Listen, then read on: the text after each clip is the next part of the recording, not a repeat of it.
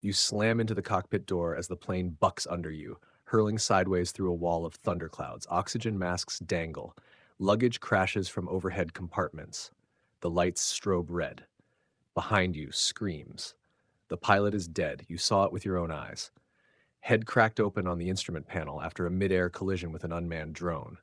The co-pilot was sucked out when the left panel ripped off. Now the plane is spiraling. Alarms shriek.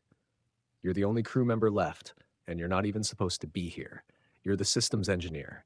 You were hitching a ride to a military installation. This plane, Flight 287, was a reconfigured transport jet, retired from combat, now repurposed to carry civilians out of a tropical conflict zone. 76 passengers, families, kids, tourists, soldiers on leave, all of them buckled in, crying, praying, gripping each other as the plane tumbles toward the sea. And only you know what's beneath the floor. It's not on any manifest, not in the public records, just a whisper in the emergency design schematics, a manual stabilization override. Installed during the war when this aircraft was still a gunship, it was a last-ditch system, one person crawling into the aircraft's internal spine to manually redistribute control surfaces in the event of a complete hydraulic failure. That's what you have now, total hydraulic collapse. The ailerons are dead. Elevators flapping like wet paper, engines gone. The plane is in free fall. You stare at the emergency escape pod. It's tucked behind a sliding wall panel near the rear galley. One seat, self-guided. Drops you from the belly of the aircraft, seals shut, inflates on ocean impact, deploys a beacon. You helped design the prototype. You know exactly how long it takes to launch. 28 seconds from seal to splash. That's your way out. You could climb in right now. Get strapped, hit eject, be the sole survivor. Everyone else on this plane will die. You glance down the aisle.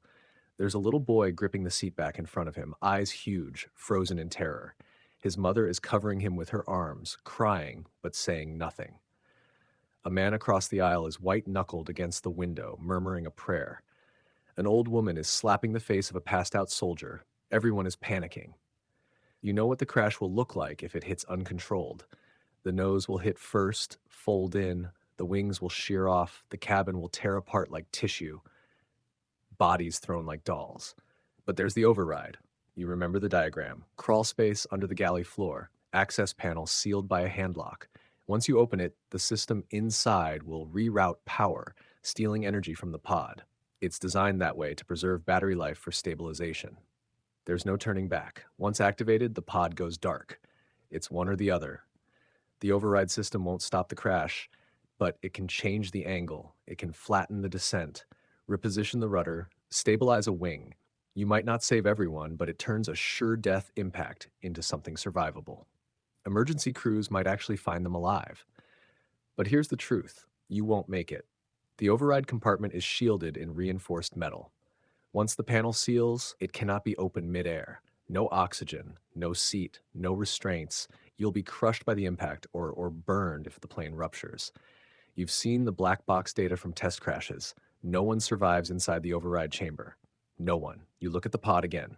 Your hands are shaking. You're breathing hard. You could do it. Save yourself. They'll call you a survivor. Maybe no one would ever know what choice you had. You could live. You could go home. But then you look at the child again. He's staring straight at you now. Somehow, even through the chaos, he's watching. You step toward the pod. Then pause. The hatch to the crawl space is right behind you. One kick and it opens. One crawl forward and you reach the switch that could slow the fall, level the wings, buy them a chance, your life for theirs. The plane is dropping faster now, altitude falling by the second. Ocean rising below. You can hear it. Feel it. The pressure change. The wind tearing through broken seams in the hull. You put your hand on the pod and your foot near the hatch. There's no more time. The choice is now. Do you strap into the pod and survive, leaving everyone else to die? Or do you crawl into the override chamber, activate the system, and give them a chance, knowing you'll be gone the moment you do? What do you do?